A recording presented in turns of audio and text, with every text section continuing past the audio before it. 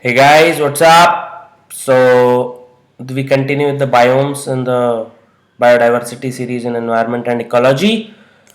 So we're moving forward. If you have any doubt or comment, you can post it on YouTube video or on the Facebook page, or you can post it also in the chat section of the Unacademy app.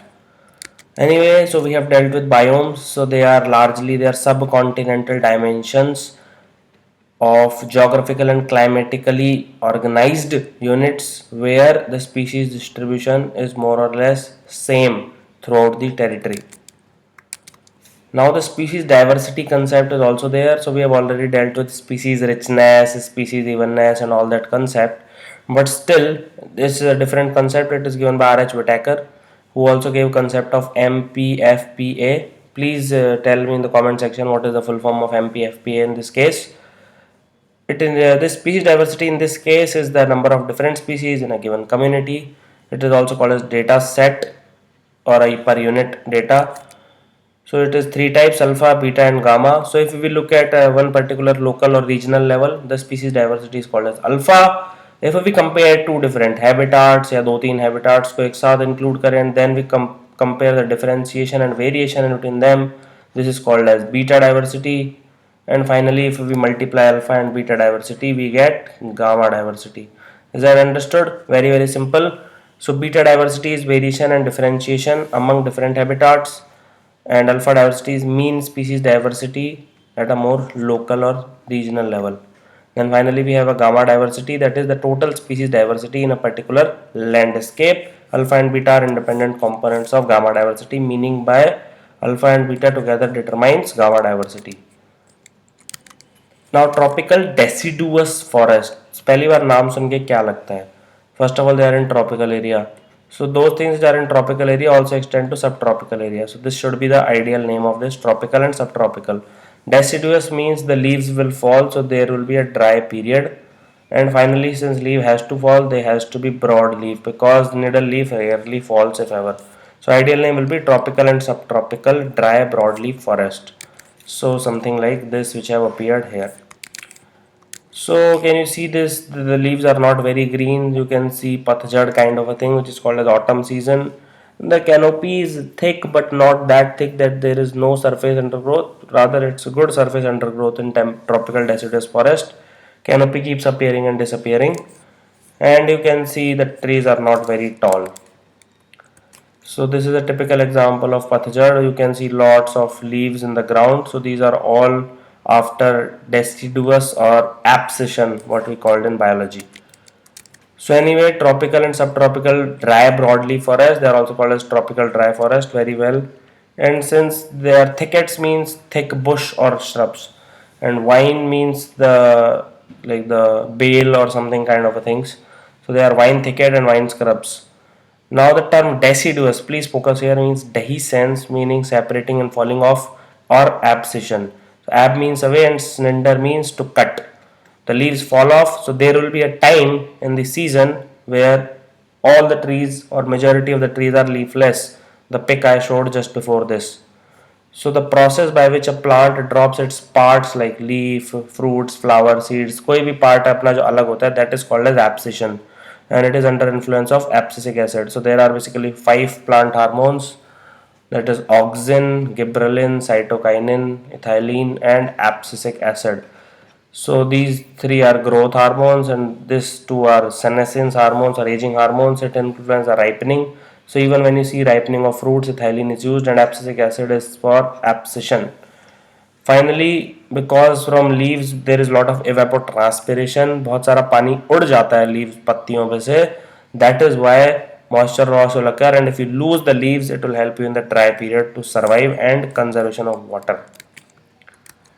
So characteristic feature is, even if they have high temperature throughout the year like tropical rainforest, or even if they have high rainfall like tropical rainforest, the key determinant will be some dry or drought period. This is the key point. If there is no dry period, there are not deciduous forest. Distribution is 10 to 20 degree north and south, and in case of South Asia like India, Pakistan, it extends up to 30 degree north. Then it is a modified form of savanna. I'll be talking about what is savanna, that is tropical grasslands. And the three seasons exist, you very well know, they are monsoon forest, nothing else. So the the three season will be from March to June. Everyone has seen people falling off here and there in Delhi and North India. That is the hot season. Then rainy season, everyone knows, 4 months: June, July, August, September, and finally the cool period from October to February. It's not cold, but it's cool. Then rainfall is 25 to 30 centimeters. Can anyone tell why it is 25 and not 24? As I have already told you, desert biome may, if it is less than 25, it automatically becomes desert no matter what the vegetation is. So desert is a climatic term, not a vegetation term. In southern hemisphere, the typical example of tropical deciduous forest, ये जो northern Australia का ये वाला जो part होता है, that is a typical example of monsoon type of forest. But the seasons will obviously be reserved because they have summers in December. Vegetation, obviously it will vary with rainfall. I have already told they are broad leaved, they are deciduous, means dry or falling off. They will shed their leaves in dry summer season, obviously told. Important trees, you can remember these five names: teak, mountain ebony, sal, devdar, and tendu. Finally, sometimes there is dense growth of bamboos in these areas if the rainfall is very good. Now location will be, this particular region is called as Indochina. That is Myanmar, Cambodia, Thailand, Laos, Vietnam. These countries are called as Indochina, neither India nor China. So they have heavy rainfall, they are dense forest, and most diverse forests are found in certain portion of South America and Central America, like southern Mexico and Bolivian lowlands. Then the dry forest of central India, that is MP and that region, and Indochina have tremendous diversity in vertebrate fauna. And finally, Madagascar dry deciduous forest is one specific feature. Can anyone guess what it is? कोई बता सकता है? Okay, I'll tell you later. Now, since the canopy cover is not very dense, therefore sunlight penetrates to the surface. तो अगर penetrate करेगी sunlight, so there is lot of potential of photosynthesis, and finally there is lot of undergrowth or surface growth. These are very key points.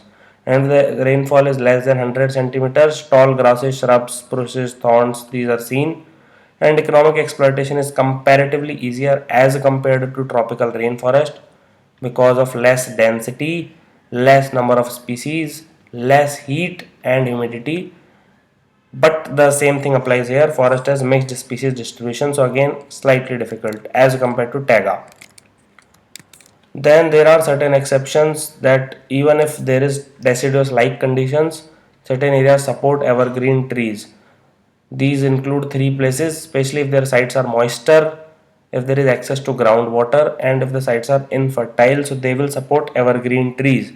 So three regions where tropical dry broadleaf forest tends to be evergreen includes, first is the Sri Lanka dry zone dry evergreen forest. Then there is southeastern Indochina. I have already spoken what is Indochina. That is Myanmar, Thailand, Cambodia, Vietnam, Laos, these countries. And finally the East Deccan dry evergreen forest. So why they are famous? So basically you can see this is the coast. So this is the sea, these are the eastern ghats. So this belt is the Coromandel coast. So this includes Andhra Pradesh, this includes Pondicherry or Puducherry, and this is Tamil Nadu.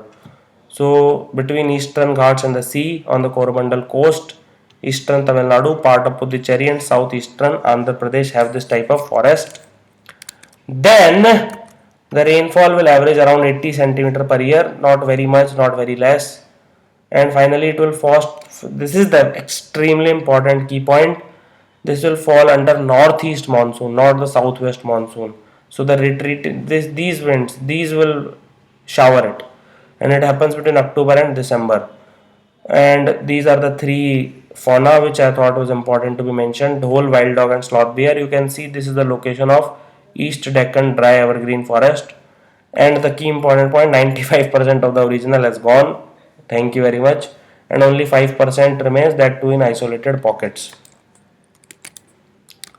Now this is the last key point of tropical deciduous forest. Can you see this huge trunk? And it looks like it's upside down because this seems like roots and this should be upside down, but this is a correct picture. Can anyone guess what is the name?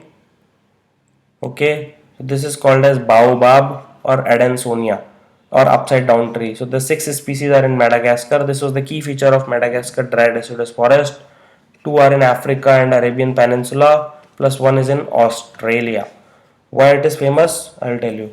Because it is found in these regions and it can store up to 1000 liters, 100,000 liters, 1 lakh liters of water in its trunk. So this is why it is called as upside down tree, because the roots look like they are on top, and obviously it will grow in arid and deciduous tree, and it is drought resistant. You tell me. Now moving forward, we have the temperate deciduous forest. So obviously that it will found in temperate region, that is beyond 40 degree north and below 60 degree north, and the same in the south. Now again they are deciduous forest, so means there will be a dry period which will be followed by leaf fall, and as you can see there used to be like single species tend to dominate here, not very, so it are very good for economic exploitation. They yield very good woods, and they are tall and they have very little leaves when they fall. So it's a drastic change which occurs after the autumn season and winter. So you will see a lot of difference. बिल्कुल ऐसा लगता है उजड़ गया पेड़, पूरा खत्म हो चुका है. They are also called as temperate deciduous forest, as I've already told you. They are also called as temperate broadleaf forest because of the similar reasons. They lie in 40-60 degree north and south, already told. So distribution will be in the North America, that is USA and Canada, that is the eastern side, then the Eastern Asia, then we will have northwest of Europe, and there will be smaller areas that will occur in Tasmania, that is the home of Ricky Ponting, and south of New Zealand, Australasia. So New Zealand and Australia are also called as trans-Tasman rivals because of the Tasman Sea that flows between these two countries. And finally there is southern South America, that is southern Chile. So they are under the cool rain because westerlies bear these rains, they blow from the ocean, and that is why this typical biome is created. Then the temperature in summer is good enough, but in winter it's around zero. So they have mild winters, not very harsh winters, and they have warm and moist summers. Rainfall is between 50 to 120 centimeters. Anyway, so these are the key features: variation in soil moisture, variation in soil depth, its soil elevation, and aspect. Aspect is also the angle of sunlight by which it is hitting a particular area. So this is also very important, and this controls the distribution of tree species and other species. Now since the forest they are the extremely tall trees, they have complete canopy cover sometimes, but this canopy cover appears and disappears.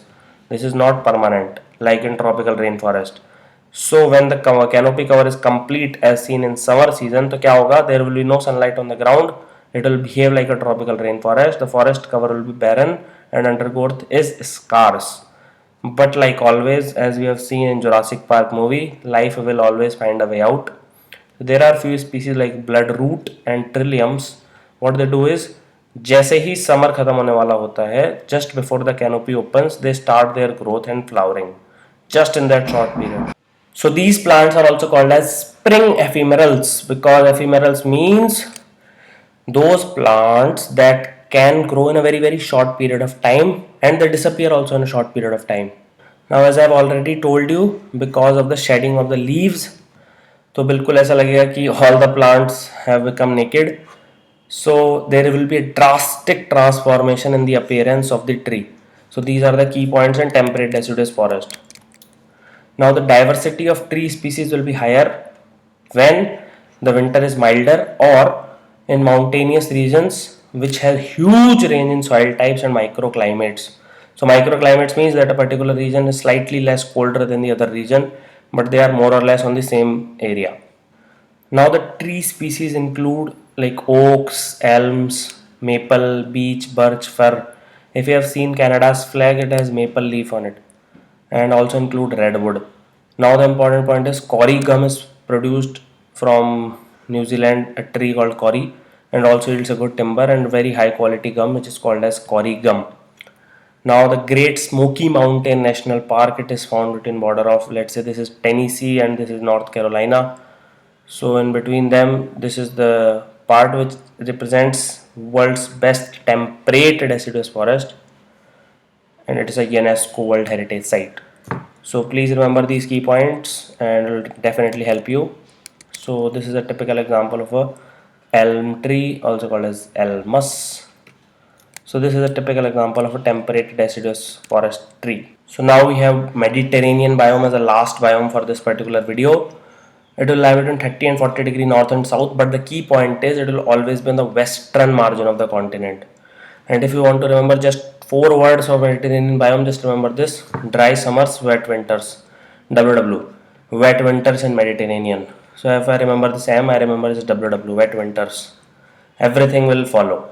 Now summers will be hot and dry with high temperature because the area is under trade winds in the case of summer, so they remain dry because trade winds blows like this, so it will blow away from the western margin in both north and south hemisphere, so it will take the humidity away.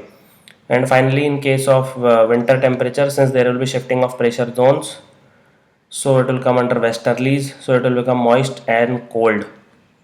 Now the areas which will be covered include countries along Mediterranean Sea. Which are these countries? There will be Jordan, Greece, Italy, Portugal, Spain, France, Morocco, Tunisia. These countries will be there. Now California, because it's on 40 degree north, Cape Province of South Africa 40 degree south, Central Chile about 40 degree south, and Adelaide and Perth 40 degree south. So this will be the California thing. This will be southern Chile. This will be the Cape Province of South Africa. This city is called as Adelaide. This is the Perth region. This is Tunisia, Tunis. This is this somewhere here is Tunisia. This is the Morocco, which include Rabat, Timbuktu, and all those things. And this is the Jordan belt. This is the Middle East portion. This is the Italy. This is France. This is Spain, and this here is Portugal. So, anyways, moving forward, again you can see very clearly. So this is the Tunisia. This is Libya. This is Algeria. This is Morocco. I said Rabat and Tangier, very famous cities, ancient cities. And this is the Italy. This is France, Spain, and Portugal. So vegetation is broad-leaved and drought resistant. These are the only 2 points. Now there are huge variations. So there will be tree species like olive, myrtle, oak, junipers. Fruit trees will include walnuts, citrus, grapes. So they are the huge orchards and they produce the best of the wines in the world. And the herbs will include rosemary, lavender. You must have used their perfumes. Then shrubs and subshrubs like sages. So what shrubland or scrubland or scrub or brush, they are more or less the same thing. So they are the plant community where the vegetation is dominated by shrubs and in similar plants. So you can read it out loud, I don't need to speak. And the Mediterranean biome occupies just 1% of land but supports 5% of world's population. And these regions are called as world orchards as they produce the world's citrus fruits, most of them anyway, and also best of the biomes. Because the summers are dry, the tall trees are rare in this biome, and on the dry hill it will lots of shrubs and sweet smelling herbs grows with different names, so I'll just tell them now. So in Chile it is called as matorral. Don't see the right side, just see the left side. Try to focus here. California it's called as chaparral. South Africa it's called as fynbos. Europe it is called as maquis or garrigues. This is basically a French term. Southwest Australia it is quangan, and Italy it's called as machia. Try to remember them. They might come in the exam one time or the other. Finally, the fire plays a very important role. Either it is natural or man-made. Both are extremely important in Mediterranean biome. When it burns, the hot or dry summers, they are prone to fires, and they also cause lightning caused fires are also seen. So there some plants like pyrophytes. They are fire-loving plants, so they tend to come up very quickly. They need fire for their reproduction rather. They can't survive without fire. They need it for recycling of nutrients because when it burns, the nutrients go back to soil.